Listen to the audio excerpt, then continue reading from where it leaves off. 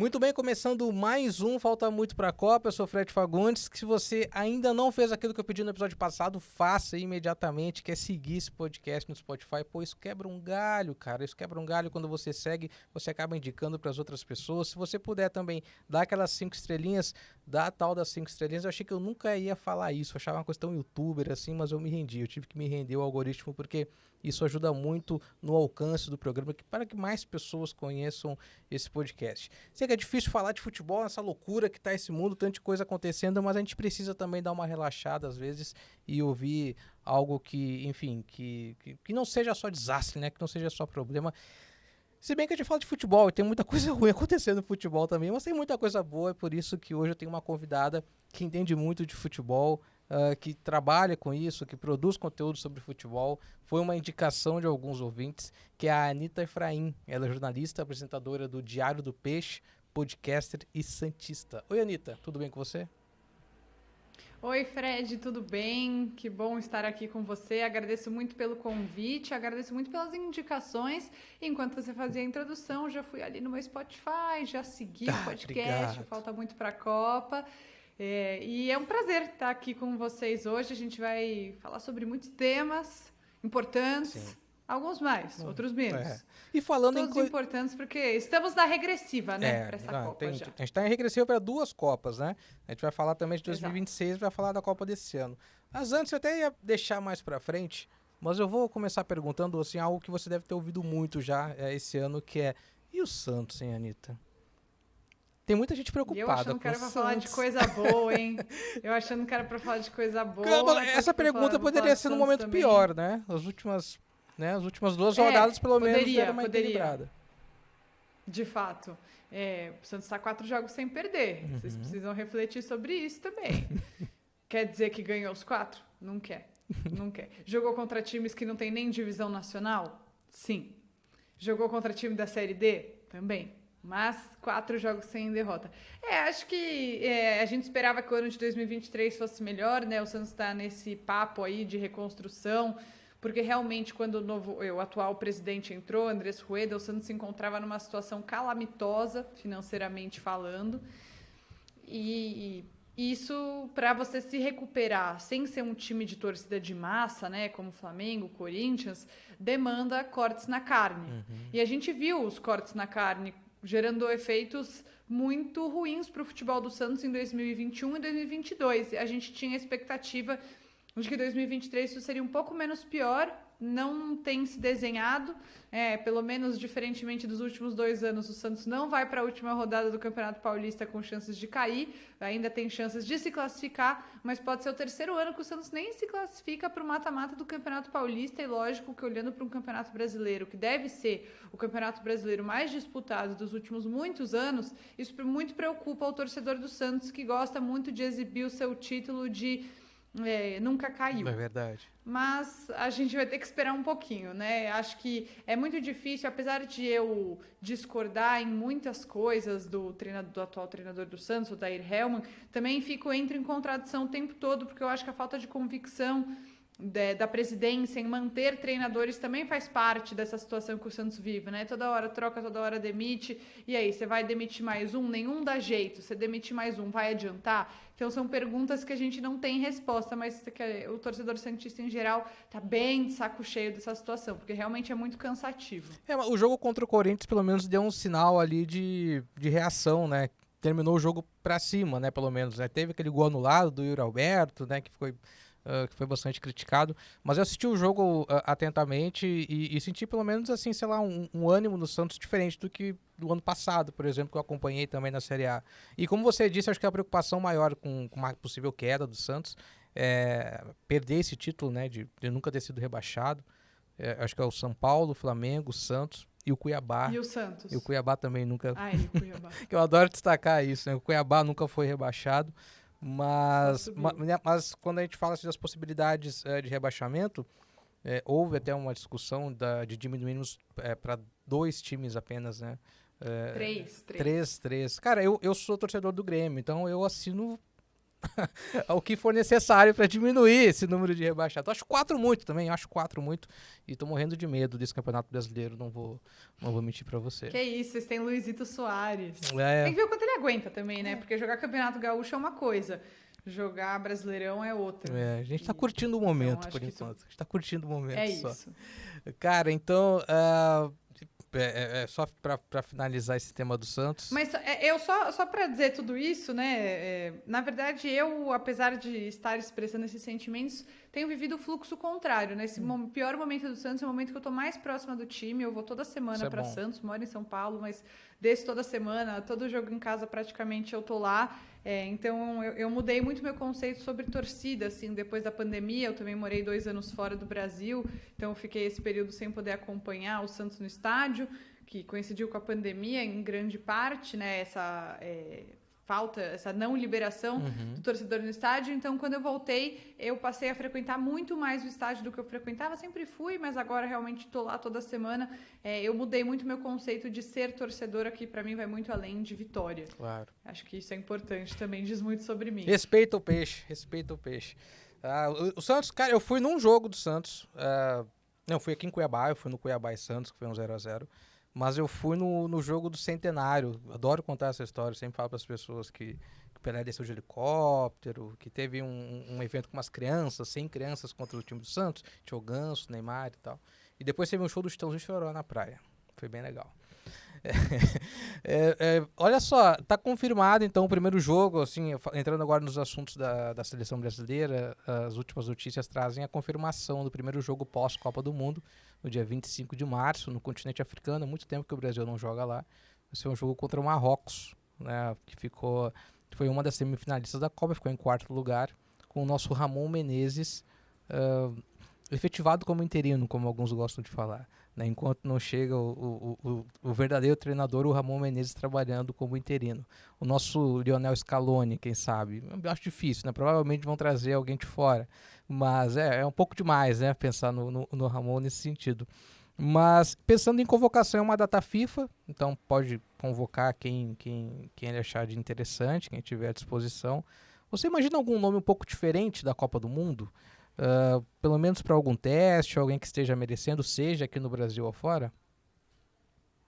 Olha, eu não consigo pensar assim num grande nome. Talvez o que a gente tenha é a ausência do Neymar, né? Machucado, então pode ser que ele não seja convocado, até para não ter esse desgaste, não sei como vai ficar isso. Mas você falou assim, o nosso Lionel Scaloni, claro, tipo, numa brincadeira, mas eu acho que tem um conceito cultural, né? Se tem alguém que ouve esse podcast e acha que futebol e política não se misturam, eu já vou decepcionar vocês logo de cara. O Thiago Leifert eu acho que não nos ouve, não. Foi muito bom isso, parabéns. Eu acho que tem uma questão muito cultural de um afeto e um sentimento que estão muito presentes na seleção argentina, que no Brasil às vezes é muito tratado como uma necessidade de frieza ou de reafirmação de masculinidade, que acaba muitas vezes atrapalhando o futebol, porque eu acho que o futebol também tem muito envolvimento emocional dos próprios jogadores, né? Ou pelo menos deveria ter. Eu acho que esse vínculo, essa paixão, esse afeto mesmo, eles mobilizam. Eu acho que isso faz muito parte de por que a Argentina conseguiu ser campeã do mundo e derrotar a França, que era um time, na minha opinião, melhor. E eu acho que o Scaloni conseguiu envolver os jogadores dele emocionalmente, coisa que eu acho que o Tite não conseguiu fazer. E eu acho que porque o Ramon Menezes não daria certo como o Scaloni deu, talvez por esse motivo, né? O Scaloni é um ex-jogador da seleção, que tem uma amizade muito forte com o Messi. Então eu acho que não tem a menor chance disso acontecer, não por uma questão técnica e tática, mas justamente por essa questão desse envolvimento emocional mesmo, né? Eu acho que não vai mudar muita coisa, até porque o Ramon não tem essa autonomia, essa autoridade, acho que não tem nenhuma possibilidade de ele assumir a seleção para esse novo ciclo que se inicia. Até o ciclo dele é para o ano que vem. Ramon Menezes deve ser o treinador da seleção sub-23 que vai jogar a Olimpíada de Paris. Então, acho que não é o caso e acho que ele vai querer mudar muito pouco, vai fazer uma manutenção ali do grupo, talvez pensar em alguém, né, vai ter que chamar alguém, vai ter que chamar alguém para substituir o Daniel Alves, pois ele está impedido de ir à seleção brasileira, né? Então, acho que talvez essa maior surpresa seja na lateral direita, mas acho que não vai ter nada muito radical. Eu também acho que não. O episódio passado sobre o futebol francês, a gente lembrou até do Caio Henrique, o lateral esquerdo, que deve receber mais chances. Eu não sei se o Guilherme Arana já está à disposição, que teve uma lesão séria, né, que ficou fora da Copa, mas é outro jogador que pode voltar. E eu concordo com você, eu acho que o Ramon parece com um produto feito da CBF, sabe, um boneco da CBF, assim, ele não tem essa identificação nem com alguns jogadores, nem com o próprio torcedor. Eu digo mais, acho que nem com o próprio torcedor do Vasco, sabe, que ele fez uma história tão bonita, né, foi um jogador muito bom, excelente cobrador de faltas e tal, mas ele tá bem distante desse perfil que o Scaloni construiu. Muito motivado pelos jogadores, né, pelo grupo que ele conseguiu montar, pelas peças que ele mudou durante a Copa, que também é um problema do Tite, né, que a gente reclamou tanto, a demora do Tite para mexer, mas vai cumprir apenas esse papel nesses primeiros jogos antes da chegada do futuro mister aí da seleção brasileira. A outra notícia, Anitta, que a gente estava até conversando antes, que é essa informação do Rizek, do André Rizek, de que o Brasil deve jogar uma partida totalmente de verde, né, um amistoso que ainda não tem data, não tem adversário, nem local, mas a ideia é fazer uma grande ação para que a renda seja revertida ao SOS Amazônia, né, pensando enfim, essa grande ação social da CBF com a seleção brasileira. Aí existem vários pontos para a gente tocar, né, a resistência da camisa amarela, que parte da população tem, e teve, especialmente depois de janeiro, do 8 de janeiro, que já vinha há muito tempo, mas depois do 8 de janeiro isso, né, teve uma escala muito maior. E mesmo que tardio, parece um bom primeiro passo da CBF, assim, uma tentativa de desconectar a camisa amarela de movimentos radicais, movimentos de direita, movimentos extremistas, em que não é uma exclusividade nossa, né? Nas eleições do Peru também se utiliza muito a camisa do Peru entre os partidos de direita, e no Brasil isso há muito tempo acontece já. Como que você vê isso? Então, acho que na Copa do Mundo, como muita gente estava muito empolgada, e eu estou incluída nesse público que ficou muito frustrado e tudo mais, essa coisa da camisa amarela tinha dado uma baixada. Foi. Né? Porque as pessoas estavam envolvidas com a seleção, mas depois realmente do 8 de janeiro as coisas se deterioraram novamente, né? Eu acho muito curioso que não tem lugar, não tem adversário, não tem nada, mas o uniforme vai ser verde, né? Eu acho que é legal, acho que é importante, até porque, para quem não sabe, caso alguém não saiba, acho que todo mundo sabe, a própria bandeira do Brasil, a parte verde, simboliza, né, a riqueza da biodiversidade brasileira. Então, é uma alusão à Amazônia, a bandeira do Brasil faz essa alusão. Eu acho muito importante, acho que essa tentativa de reconstrução de imagem é também uma tentativa de reconstrução de uma conexão entre o povo e a seleção, que é algo que se perdeu muito por causa da CBF também, de colocar preços exorbitantes. Eu vou falar, eu sou uma pessoa de classe média, eu não tenho nenhum problema financeiro, sei das minhas condições de total e completo privilégio e não vou a jogos da seleção brasileira. Porque é extremamente caro. Sim. A gente tá falando, sou santista. Hoje, bom, eu sou sócia do meu clube. Eu pago R$30 pelo ingresso do jogo do Santos. Se você somar o quanto eu pago de mensalidade, é mais R$30 por mês. Mas assim, um ingresso do jogo da seleção é R$300. Sim. Falando, né, o valor mais baixo ali, para você sentar no pior lugar do estádio, da seleção masculina, né? Então, acho que a própria CBF deteriorou demais. Além da questão política, lógico, né? Acho que essa frieza que eu falei, que eu citei no início, também tem muito a ver. Quando você vê a comemoração dos argentinos, aquele envolvimento, aquele número de pessoas na rua, aquela emoção, cara, é algo de dar inveja no brasileiro, sabe? Sim. Porque a gente perdeu isso e acho que a CBF é muito responsável. Acho que essa tentativa de mudar a simbologia da camisa, tem toda uma questão semiótica, né, no que as pessoas associam. Eu acho muito importante, acho que é um movimento bem relevante, né, quando a gente falou no começo alguns temas mais importantes do que outros, era sobre isso que eu me referia, sobre a cor do uniforme, que parece uma besteira, mas aconteceu tanta coisa no Brasil que não é uma besteira. Então, quando você vê o sequestro, até, né, tem esse excelente podcast, o Sequestro da Amarelinha, para quem nunca ouviu, eu recomendo muito.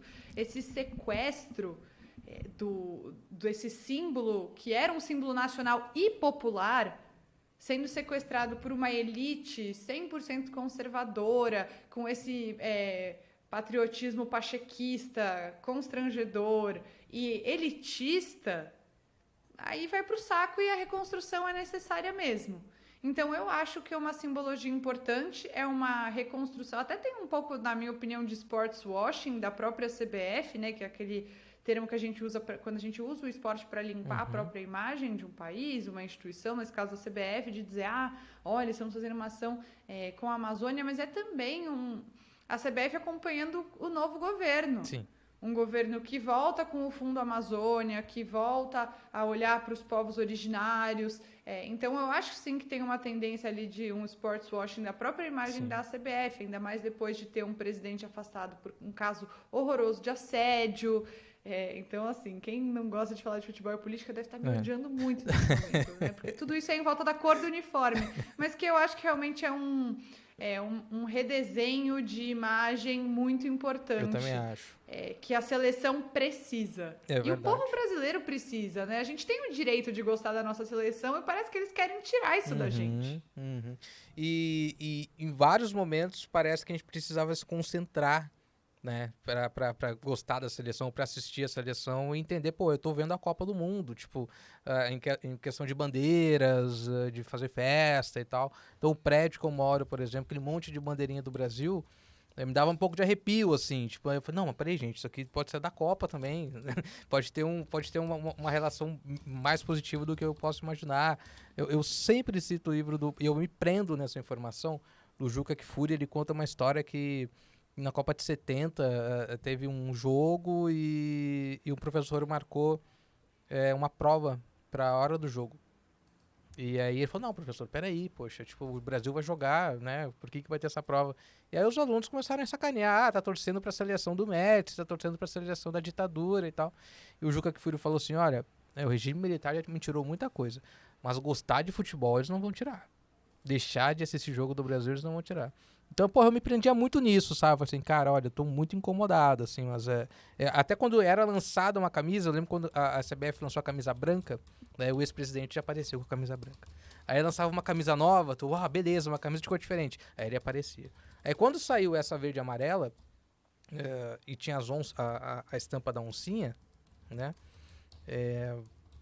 Ali talvez eu imaginei, falei, não, ele não vai usar a estampa da oncinha, porque é uma estampa que... Ele não usou. Que não usou. E ele, de fato, não usou.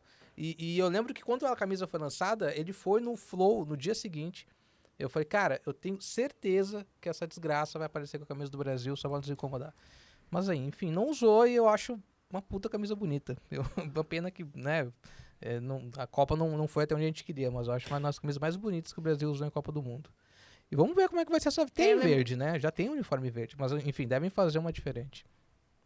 Cara, o material da Copa, que era verde, era maravilhoso. Maravilhoso, que era verde com azul escuro. Eu achei lindíssimo.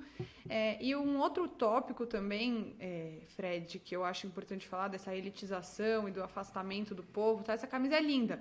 Mas como eu falei, a gente estava até falando no começo, né? Eu sou uma pessoa que tem recursos, não sei o quê, sou muito privilegiada. Não comprei. Não gastei R$350 para mim. Eu quis comprar de presente de aniversário para o meu marido. Então, eu esperei chegar, né, mais perto do aniversário dele e comprei para ele. Mas eu não ia comprar duas, porque você compra duas já é R$700. Você já gasta mais de 50% de um salário mínimo em duas blusas de futebol. E não tem recursos para ser popular. Aí depois as pessoas querem ficar fazendo não sei o que do combate à pirataria. Gente, sabe o que você faz para combater a pirataria? Diminui o preço.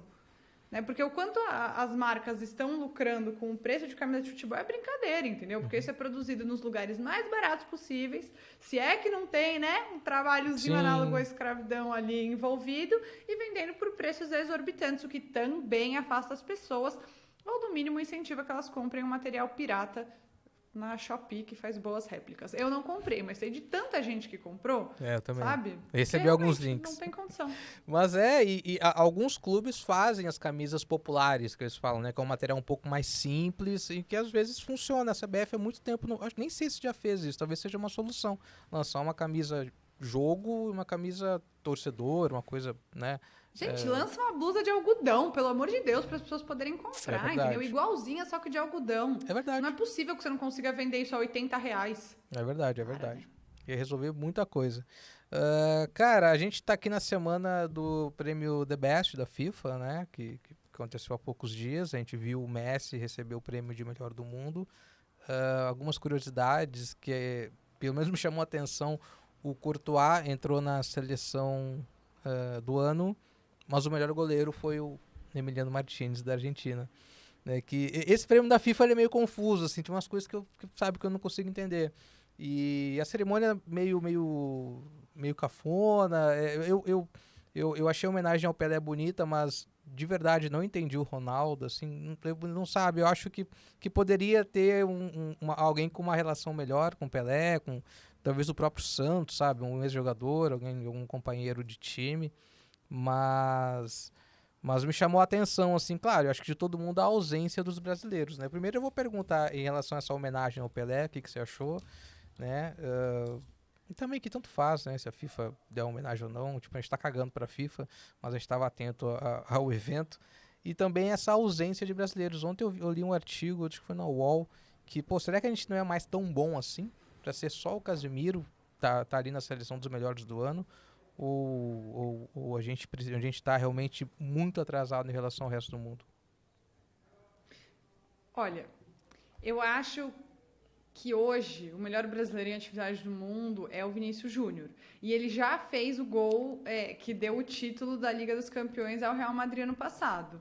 E eu acho muito estranho que ele não esteja entre os melhores. Eu acho que ele deveria estar entre os melhores, mas acho que tem uma rejeição a ele. Acho também que europeus se protegem muito, né? E tem muito mais europeu proporcionalmente envolvido ali no rolê.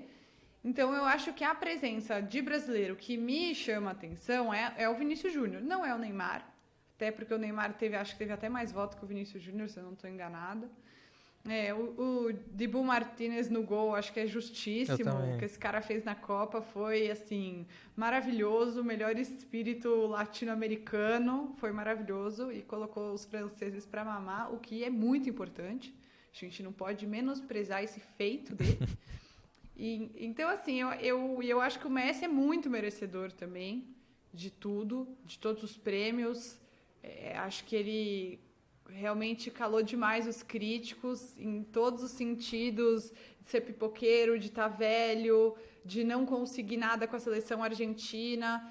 Eu acho que ele merecia, mas acho que o Vinícius merecia também estar aí nessa seleção, ser um destaque, não estava. Se o futebol brasileiro está atrasado, acho que o Brasil passou por um gap geracional, talvez. A gente pulou aí uma ou duas gerações, pensando em gerações de Copa do Mundo, né? Acho que o Brasil não tinha uma seleção tão boa em 2018 e talvez não tinha também em 2014. A última grande seleção talvez tenha sido em 2010, pensando assim. Então eu acho que o melhor do Brasil tá por vir. Acho que realmente, assim, o Casemiro é um monstro, ele é... E não dá para colocar em palavras, né? O jogador que é o Casemiro, até fazendo o falecido Manchester United reviver aí nos seus melhores dias, com um jogador muito diferente. Sim. Mas acho que ele é um dos poucos dessa geração intermediária. Ele nem é tão velho. Eu achei que o Casemiro era bem mais velho. Ele tem, 30 anos, sabe? Mas eu acho que o melhor de Vinícius Júnior, de Rodrigo, de Bruno Guimarães, de... Militão, que nem gosto como pessoa, sim, mas como jogador acho que é um excelente jogador. Rodrigo e esses jogadores também. Aí que eles ainda tá por vir. Então eu não acho, eu acho só que teve ali uma geração que realmente não é o grande destaque, mas acho que a gente vai sim voltar a ver brasileiros entre os melhores. Eu obviamente não falei do Neymar, né, mas é que é uma questão meio emocional, que a gente esperava que ele realmente fosse o melhor do mundo. E eu acho que ele fez péssimas, ele e quem gere a carreira dele fez escolhas muito ruins. Então ele acaba ficando de fora. Ele tem talento para ter sido o melhor do mundo várias vezes, mas acho que as escolhas ruins levaram ele a esse lugar de não ter chegado lá. Mas acho que ainda tem muito brasileiro bom para ganhar prêmio nos próximos anos, em especial o Vini Júnior e o Rodrigo. O Vini Júnior, na análise de alguns comentaristas, entraria naquela seleção no lugar do Mbappé, pela votação, né? Por isso que acabaram escolhendo o Mbappé. Mas o Haaland no lugar do Vini Júnior, para mim, não faz sentido, sabe? Nenhum. Por mais que, poxa, um fazedor de gols, aquela coisa toda, mas pelo que o Vinícius Júnior fez, não a tem. habilidade, o futebol. Pois é. Então eu acho que eu tô com você nessa. Tem esse corporativismo ali europeu e até uma maneira deles se protegerem das denúncias de racismo, os casos que vêm surgindo com o Vini Júnior. É inacreditável o silêncio da maior parte dos clubes europeus e da própria La Liga e da imprensa espanhola, cara. É uma coisa ridícula a maneira como eles estão cobrindo esses fatos. Então talvez tenha pesado aí para essa ausência absurda do Vinícius Júnior. Anitta, a gente está aí há poucos meses da abertura da Copa do Mundo de 2023, das gurias, né? A Copa do Mundo feminina. E o Brasil joga dia 24 de julho, né? A estreia é dia 24 de julho, às 8 da manhã, contra o Panamá. E a Pia está completando aí 4 anos de trabalho na seleção, ficou nas oitavas em 2019. Não, 2019 ainda era o Vadão técnico, né? Na última Copa. Vai ser a primeira Copa dela. Mas já teve Olimpíadas, que foi frustrante. Pois é, eu acho que se esperava mais dela. Pelo menos você esperava um pouco mais, assim, tipo, todo esse período de trabalho, resultados melhores. A Copa América ela é meio que protocolar, né, para a seleção brasileira. Mas o desempenho mesmo, assim, e eu queria até fazer uma pergunta em relação ao Vadão. O Vadão foi muito criticado na Copa do Mundo, na preparação também da seleção, e enfim, é um técnico que também parece que foi uma escolha muito política da CBF, não tinha menor experiência com seleções, ou pelo menos com trabalho com jogadoras. Você acha que o Brasil também perdeu muito tempo com o Vadão ali como treinador? Sim. Foi, né? Sim. Sem a menor dúvida, acho que não é mistério para ninguém, você não precisa ser um grande militante para saber que a CBF, como todo mundo do futebol, é extremamente machista. Então, o feminino acabava de... Assim, as jogadoras sempre tiveram muito respeito pelo Vadão, muito carinho pelo Vadão. Se você vai ver a Marta falando dele, a Cristiane falando dele, realmente muito carinho por ele, muito respeito e tudo mais. Mas ele não era um técnico que você olhava e falava, nossa, mas taticamente esse time tá voando, que coisa maravilhosa. Não. Mas o Brasil também demorou muito para investir no futebol feminino. A gente teve ali uns anos dourados, ali antes de 2010, nos idos de 2010. Aí a gente teve um longo período e aí voltou mais recentemente com a volta de um campeonato brasileiro mais forte, com a obrigatoriedade da Conmebol de que os times que participam de competições internacionais tenham times femininos. E aí os times foram, também pela própria rivalidade... melhorando suas equipes, porque você sabe bem, né? O Grêmio não pode ter um time do feminino tão fraco, porque não vai aceitar tomar taca do Internacional. E sempre toma. E vice-versa. E sempre toma. Sempre toma. Mas buscou qualificar para diminuir essa disparidade, entendeu? O Palmeiras não pode ter um time tão fraco que sempre perca para o Corinthians, sempre perde também, mas pelo menos agora compete, pelo menos chega aí a finais e tudo mais. Tem muitas críticas, né, matérias revelando coisas aí sobre o Palmeiras que o Palmeiras nega, mas isso daria outro podcast. Então, assim, o futebol feminino no Brasil, ele está se desenvolvendo agora. Perto do restante da América do Sul, da América Latina, né, melhor dizendo, é muito melhor, mas é anos-luz à frente, né? Assim como a própria seleção brasileira masculina tem poucos rivais relevantes na América do Sul, né? A gente tem ali um Uruguai que há muito tempo não é páreo para a seleção brasileira, né? Desde o envelhecimento dessa grande geração com Luizito, Cavani, etc., mas só a Argentina, né, acaba sendo um grande adversário para o Brasil. Então, se no futebol masculino já tem essa questão, pensa no futebol feminino. Porque os outros países, apesar do Brasil ser muito machista, os outros países aqui também são extremamente machistas, não dão oportunidade para as mulheres. Como eu mencionei, eu morei no Chile E sei a batalha que as jogadoras chilenas têm para conseguir um mínimo que é um contrato profissional, que são direitos, né? Coisas que não acontecem em vários países. Então, você vai pegar a seleção do Paraguai, do Equador e tudo mais, são seleções muito fracas. Ganhar a Copa América não é parâmetro para absolutamente nada. Mesmo na Argentina, futebol feminino também, sabe? É uma luta para essas jogadoras. Tem muitas jogadoras argentinas, inclusive, que vêm para o Brasil porque aceitam qualquer salário em reais, né? Até porque a Argentina passa por uma crise financeira absurda.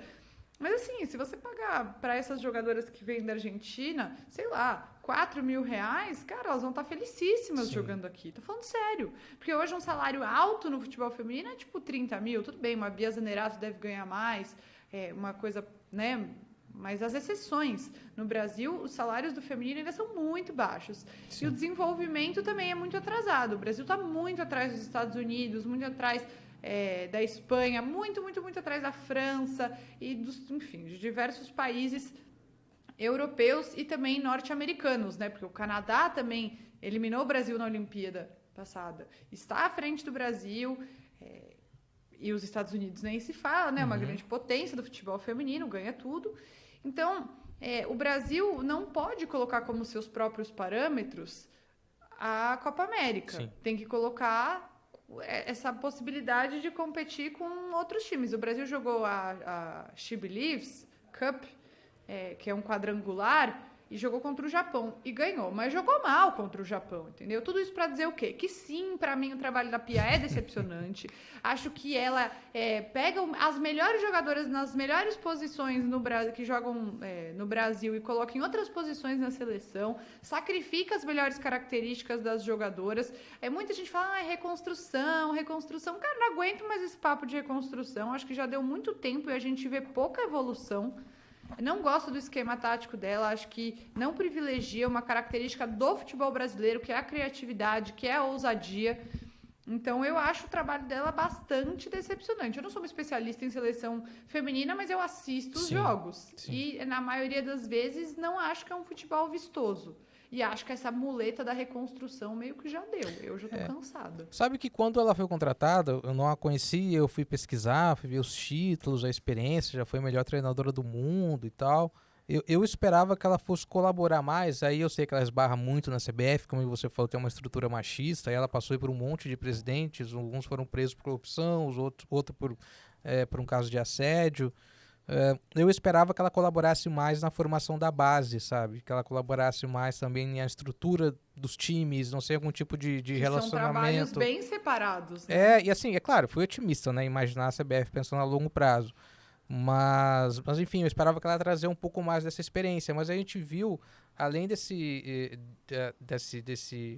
exigência da Conmebol, né, dos clubes precisam ter times femininos. Aí entra a questão da rivalidade. Mas o Grêmio, só para citar o Grêmio aqui, durante anos perdeu um tempo enorme com o diretor de futebol feminino, que era um ex-jogador de futebol, que não tinha a menor experiência no tema. E agora, com uma gestão nova, que as coisas estão melhorando um pouco. Mas fica sendo cabide de emprego, total, né? Sabe? Tipo, eu tenho uma vaguinha aqui, pode ir lá porque ninguém nem liga. A pressão não é a mesma de outra categoria, essa coisa. Talvez até para a treinadora né, não tem essa pressão, essa exigência por resultados. E antes disso a gente tinha a iniciativa privada investindo um pouco, né? O Avaí Kinderman lá em Florianópolis era um time que estava sempre ganhando títulos porque tinha uma colaboração dessa iniciativa privada. Mas, enfim, eu concordo com você. De novo, assim, eu esperava um pouco mais da participação dela, é meio decepcionante. E eu, pelo que eu estou vendo e ouvindo das pessoas que acompanham mais o futebol das meninas, a seleção chega com um azarão, sabe, na Copa do Mundo. Não dá para você esperar uma coisa que vá muito longe assim, sabe? Em 2019... o Brasil tem que batalhar para passar em segundo do grupo, porque em primeiro não vai passar. Porque a gente está no grupo da França. Pois é. Sonhar que a gente vai ganhar da França realmente é o mais otimista do otimista. Pois é. Que não sou eu. Mas vamos assistir, vamos torcer, porque Copa é bom demais, de qualquer jeito. Claro. Acordar cedinho para ver um Brasil e Panamá, com certeza. Cara, e falando agora do Campeonato Brasileiro, né? Eu vi um conteúdo seu sobre os jogos invisíveis, como tá difícil descobrir onde é que os jogos estão passando. Esse tema eu acho que ele tá sendo bastante discutido, acho que poderia ter sido um pouco mais. E o outro é a diferença entre as equipes, né? Você citou aí o nosso volume em relação à América do Sul, mas também essa obrigação da Conmebol dos clubes terem os times femininos, alguns times, como principalmente o Ceará, que foi muito lembrado nos últimos dias, depois do 10-0 contra o Flamengo. Eu vou confessar para você, eu vi o 10-0 do Flamengo, foi domingo de manhã e passou em canal aberto. Quando teve o Corinthians e Ceará, eu não assisti por vergonha. E eu acho que muita gente deixa de assistir por causa disso. Fala assim, pô, cara, eu não vou assistir que eu vou ficar com pena das pessoas, velho, saca? Porque claramente elas não têm a menor estrutura, não têm um incentivo para jogar. O próprio dirigente, alguns dirigentes do Ceará, pelo menos de oposição, falaram que o clube não dá o material necessário para elas trabalharem. Apenas o presidente falou que elas estão felizes, aquela coisa toda. Isso prejudica muito não só a qualidade dos jogadores que acabam surgindo, os jogadores que acabam surgindo para a seleção, mas como atração, né, cara? As pessoas pararem para assistir um jogo. Olha, é muito triste essa questão da disparidade, mas eu vou começar antes pela questão das transmissões. O que está acontecendo é o seguinte, antes a Bandeirantes era detentora dos direitos na TV aberta.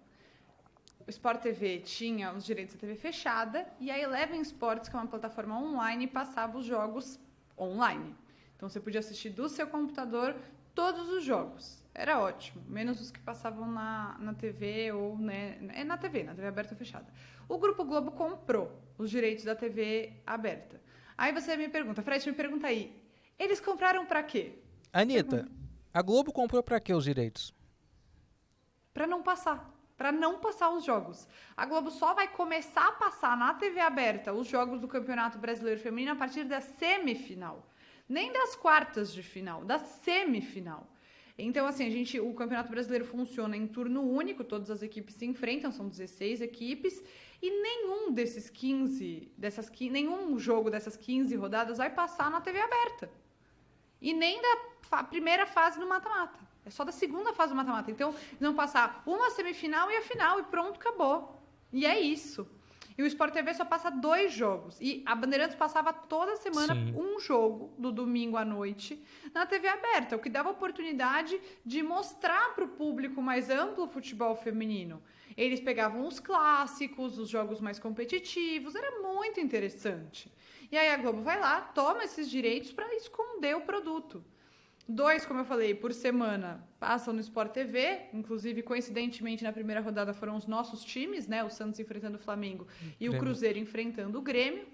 E os outros jogos os clubes tiveram que brigar para falar, se o jogo é no meu estádio, posso eu transmitir? Inicialmente eles não queriam nem aceitar isso, depois que eles aceitaram. Mas assim, essa rodada vai ter Santos e Atlético Paranaense. Eu não tenho como saber se eu vou ver esse jogo, eu ainda não sei se eu vou poder ver esse jogo. Então a gente está dando um passo para trás para dar 7, um passo para frente para dar 7 para trás. Porque simplesmente estão escondidos os jogos do futebol feminino. E aí vocês podem estar se perguntando, você não falou daquela tal de Eleven Sports? Falei. Eleven Sports assinou um contrato de 3 anos com a CBF e até agora nem a própria Eleven Sports sabe se vai poder transmitir. Na primeira rodada não transmitiu. Ela então, espera assim, a definição da Globo para saber se pode passar o jogo, né? Provavelmente. Nem isso. A CBF não disse se eles podem passar o jogo ou não. Eles não sabem. Eu conversei com uma pessoa de lá e a pessoa me falou, cara, não sei o que vai acontecer, não sabemos se a gente vai transmitir alguma coisa. Então, assim, você em vez de democratizar, em vez de você abrir, ampliar o futebol feminino, você não vê em lugar nenhum. Você depende da boa vontade da estrutura dos times. Aí eu te pergunto, um time que perde de 14-0 do Corinthians, como o Ceará, você acha que vai transmitir algum jogo? Não. Você acha que eles vão colocar algum dinheiro para transmitir algum jogo? Não, eles vão querer esconder o máximo possível, porque... Pode falar palavrão aqui no podcast? Pode mandar ver. Que eles sabem a merda que eles fizeram e pra eles esconder é melhor, né? Não é? Claro, você não acha melhor esconder do que passar goleada toda semana? Prejudica o produto deles, né? Se passar, né? Ajuda, no caso. Ajuda não passando pra esconder a besteira deles.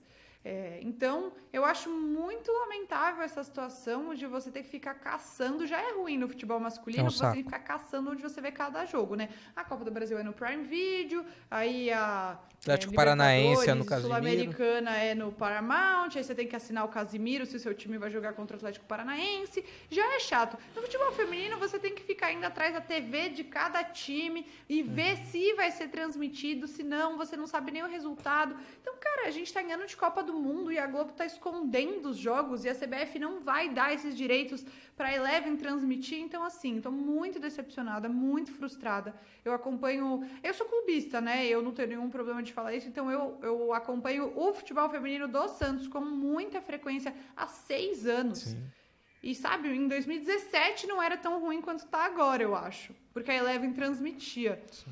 Então, agora a gente fica nessa expectativa. E aí, sobre a disparidade, esses dois lados da moeda da obrigatoriedade, né? Você é obrigatório, mas você vai fazer de qualquer jeito, porque a CBF não fiscaliza nada. Não é que você é obrigado e você tem que dar as condições mínimas, não. O Ceará foi rebaixado, a primeira coisa que tesouraram foi o futebol feminino, e aí tá passando essa vergonha, coitada das atletas, submetidas a essa situação vexatória, e aí isso expõe ainda o quanto o futebol feminino precisa crescer. Porque o futebol feminino não não é simplesmente, é pior porque mulher não sabe jogar bola. Não, é pior porque tem 30 anos de história em que o futebol feminino foi proibido nesse país. Então, são 30 anos a menos de desenvolvimento da modalidade. Então, não tem que diminuir o gol, não tem que diminuir o tempo. Não, tem que dar condições para as atletas. Tem muita atleta boa pra caramba. Cristiane, Bia Zanerato, Tamires, a Brena, que joga no Santos, eu acho uma jogadora excelente. A Lorena, a goleira do Grêmio. A Lorena, goleira do Grêmio. Exatamente, são jogadoras, excelentes. Eu posso citar muitas mais. Mas quantas oportunidades elas têm, né? Essas jogadoras aí que foram muito bem no Sub-18 com a seleção. Gi Fernandes, Ana Luísa, no Internacional tem uma penca de jogadora boa pra caramba na base. Qual é a oportunidade que elas têm? As de hoje já tem muito mais oportunidade há 10, 20 anos. Sim. Mas igual, o que precisa é de respaldo e estrutura. Pois é, como você falou, acaba criando essa contradição, porque os clubes precisam aceitar essa cota da Globo, né, sem discutir se vai ter exposição dos jogos ou não, porque, enfim, para acabar colaborando na gestão dos times femininos. E aí a Globo faz aquilo que ela fazia com o SBT nos anos 90, né, que era comprar os filmes e não passar, porque o SBT não passar. Então enfim, é uma estratégia que a Globo faz no entretenimento há anos, com apresentadores, enfim, jornalistas e tudo mais. Mas, cara, o Campeonato Brasileiro desse ano eu acho que vai ser legal. Eu tava até folheando a revista, me fugiu o nome da revista agora, vou dar até uma pausa aqui. Roseira. A Roseira. Tava até folheando a revista Roseira, que é um trabalho muito legal que a Jay tem feito, o Cláudio também, o Cláudio Campos, sobre o futebol feminino no Brasil. Acho que eles estão na 3ª ou 4ª edição, para quem não conhece ainda, depois dá uma pesquisada. É um trabalho gráfico muito bonito, o conteúdo tá muito bom também, tem algumas referências ao futebol do passado, muito legais, tem uma capa que eu acho que já virou histórica com as jogadoras do Corinthians, de uns 2 meses atrás. Para quem não conhece, dá uma pesquisada, porque além da revista, as redes sociais são ótimas, eles fazem o acompanhamento dos jogos, fazem a cobertura em loco, tá bem interessante mesmo. Eu queria terminar um pouco mais para cima a nossa conversa. Agora porque a gente foi. Meti o pau, cara, né? Não, mas... Foi mal, galera. Baixo astral. Mas realmente, não tem como não criticar esse descaso que a CBF e também a emissora detentora dos direitos acaba fazendo com o futebol feminino. Eu vou terminar pra cima, então eu vou falar do Santos. Olha só, né, que não é incoerente não, nem vem. Foi sacana agora, não, Fred. Eu tô otimista com o Santos Santos esse ano. Eu tô otimista porque acho que o Lucas Lima tá na casa dele. Eu acho que é o lugar que ele consegue desenvolver algo legal. Eu gosto do Papito, do Odair Hellmann, sabe? Não tenho nada contra o Odair. O Falcão tá lá de diretor também, não tá? O Falcão é um cara talentoso. Tá. Não, o Falcão é um cara competente. Eu acho que o Santos agora ele deu uma melhorada. E o Santos vai estrear contra o Grêmio na Arena. A Série A, o primeiro jogo. A última vez que isso aconteceu, o Grêmio foi rebaixado. Foi o ano do verdade. rebaixamento, que o Santos ganhou o primeiro jogo lá, ganhou os 2-1 o jogo de ida, e depois na volta também acabou ganhando no começo do segundo turno. Então, fazendo uma previsão para o Santos para esse ano, então acho que dá para beliscar algum título, ou se se o Santos terminar sem algum tipo de rebaixamento já está de bom tamanho? Segunda opção. Eu acho que o Santos pode avançar mais na Sul-Americana. Acho que o Santos tem que dar prioridade para a Sul-Americana, que não deu ano passado. Acho que a Sul-Americana não tem, óbvio, né? Não tem a grife da Libertadores, mas é um campeonato que hoje, condiz com o nível do Santos. É um pouco triste falar? É um pouco triste falar, mas eu acho que se o Santos terminar em 12º no Campeonato Brasileiro, Deus permita, e conseguir beliscar em uma Sul-Americana, tá bom, entendeu? Avançar o quanto puder na Copa do Brasil, porque paga muito bem. Sim. E eu acho que é isso, entendeu? Eu acho que o Odair, ele não é um treinador ruim, mas ele é muito teimoso. Ele se agarra a determinadas convicções e ele não larga. Então ele demorou muito para mudar o Santos, que estava jogando com 4 atacantes. Cara, não dá para jogar com 4 atacantes no ano 2023, a gente não tá mais em 1960. Então não dá pra ficar nessa. Eu acho que um meio de campo mais qualificado ajuda. Acho que um grande acerto dele foi trazer o Dodi, né? Que era um xodó dele no Fluminense, baita jogador, que tá compondo ali muito bem com o Rodrigo Fernandes, que é um jogador que eu gosto muito. Lucas Lima não jogou tão bem contra o Corinthians, mas se o Maicon não perde o gol que perdeu, teria dado mais uma assistência. Ele é bom na bola parada, mas acho que o Odair precisa demais corrigir a bola aérea defensiva do Santos, e se ele não tirar o Maicon, ele vai afundar abraçado no Maicon, que realmente é uma âncora porque não pula. 1,91 usados para absolutamente coisa nenhuma. Eu acho que o Santos tem margem de melhora, mas precisa ser menos teimoso. O Santos contratou bem o Joaquim. Eu gosto desse zagueiro. Eu acompanhei ele de perto aqui pelo Cuiabá. E enfim, o Grêmio precisando de zagueiro. Até comentando com alguns amigos lá de Porto Alegre, o Grêmio podia ir atrás desse Joaquim. Ele é bom jogador, ele é novo, ele é promissor. E o João Lucas, o que você acha? Eu acho também. O Alisson voltou? Aquele que era meio de campo. Eu gostava do Alisson também. Alisson. Alisson, ele é do litoral aí mesmo, né? Eu lembro que eu queria ele no Grêmio na época, eu acho um bom jogador. Acho que o Grêmio chegou até a tentar. Olha só, pra quem gostou das opiniões do Santos aí da Anitta, eu vou deixar a dica aqui pra vocês ouvirem mais, que é no Diário do Santos. Falei certo, Diário do Peixe. Que é no Diário do Peixe. No Diário do Peixe, a Anitta... Todo dia, Anitta, tu tá lá falando do Santos, é isso? Por isso que é diário o nome, né? Então... Todo dia. O Diário do Peixe é um portal segmentado todo sobre o Santos. Acho que quase todos os times atualmente têm, né? Seu portal segmentado. Como que chama do Grêmio? Tem algum, não tem? Cara, um portal... Mas é do próprio Grêmio ou feito por torcedores? Não, alguém criou para falar sobre o Grêmio. Deve ter. Tem o Grêmio Mesa e Bar. Mesa e Bar do Grêmio. Mesa e Bar do Grêmio é um podcast que já tem mais de 10 anos e todo dia os caras postam uma pílula ali. Então, uma mídia segmentada, né, que fala só sobre o Santos, tudo sobre o Santos. E eu tô no ar todo dia, de 9h30 às 10 da manhã, no YouTube do Diário do Peixe, para falar sobre o Santos. Normalmente tô o quê? Lá pistolando, porque eu sou muito brava. As pessoas falam, Anitta, você tá brava? Eu falo, não, gente, eu sou brava. Deu até para perceber aqui no podcast. Esse é meu jeitinho mesmo, não é que hoje eu tive um dia difícil nem nada, eu sou assim.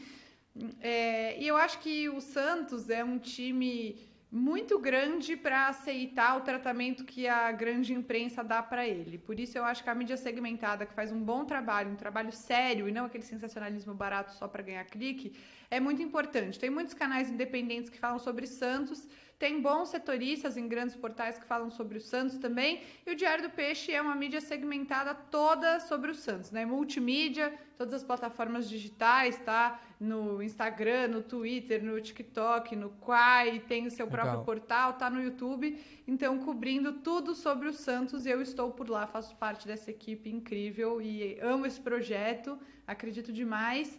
E também tô lá, né, nas redes, pistolando, dando minhas opiniões sobre tudo. Valeu. Anitta, muito obrigado pelo seu tempo, espero que você tenha se divertido também. E é @AnittaEfraim mesmo, seu Twitter? É @NiEfraim mesmo. N-I Efraim. Então tá bom. Então segue lá a Anitta também, elogia a participação dela, não me façam passar vergonha, tá bom? Obrigado, Anitta, e um beijo pra você. Obrigado a você que nos ouviu até agora. E lembrando, hein, faltam 1.189 dias pra Copa do Mundo de 2026. Até semana que vem. Tchau, tchau.